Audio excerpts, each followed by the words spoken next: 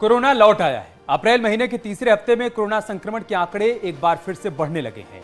नतीजा उत्तर प्रदेश सरकार ने एहतियात के तौर पर गौतम बुद्ध नगर, गाजियाबाद, हापुड़, मेरठ, बुलंदशहर, बागपत, इसके अलावा लखनऊ में मास्क अनिवार्य कर दिया है।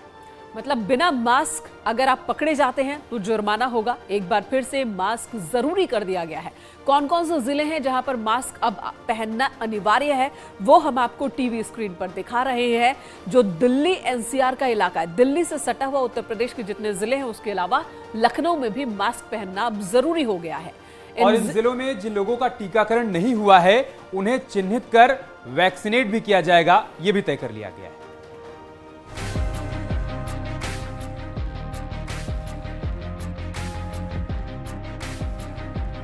मैं जानना चाहूंगा, मास्क क्यों नहीं लगाया आपने? सर मास्क मैं घर पे भूल गया। कोरोना दोबारा से आ रहा है बस, हैं? दोबारा से आ रहा है कोरोना, मास्क आपने भी लगाया? दोबारा याद करो। दोबारा से? हाँ जी बिल्कुल। मास्क क्यों नहीं लगाया? अब काफी 1.5 महीने से नहीं लगा रहा कोई भी। यूपी सरकार ने मास्क अनिवार्य कर दिया है, लेकिन जमीन पर हालात क्या हैं, इन तस्वीरों से समझिए और समझिए कि आखिर कोरोना के बढ़ते केस किसकी लापरवाही का नतीजा है। बहाने बेशक हैं सभी के पास, लेकिन मास्क कोई नहीं लगा रहा है।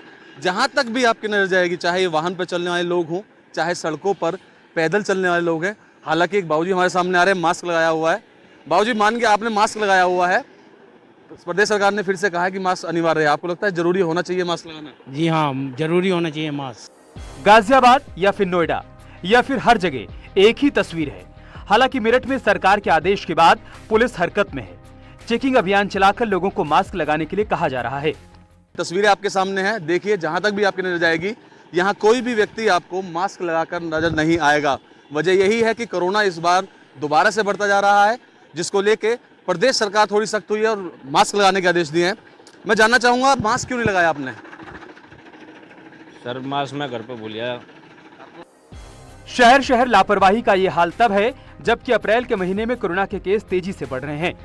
उत्तर प्रदेश में पिछले 4 दिन में 0.09% की बढ़ोतरी हुई। 24 घंटे में 115 नए केस रिपोर्ट किए गए हैं। इनमें से 7 केस लखनऊ में रिपोर्ट किए गए। सबसे ज्यादा खराब स्थिति नोएडा की है। यहाँ पिछले 24 घंटे में 65 नए केस मिले हैं। 18 साल से कम उम्र के 19 बच्चे संक्रमित हुए हैं। अप्रैल महीने में 100 बच्चे कोरोना संक्रमण की चपेट में आ चुके हैं। नोएडा में कोरोना संक्रमित मरीजों की संख्या बढ़कर 332 हो गई है। गौतम बुद्ध नगर से सटे गाजियाबाद में भी कोरोना का खतरा बढ़ रहा है।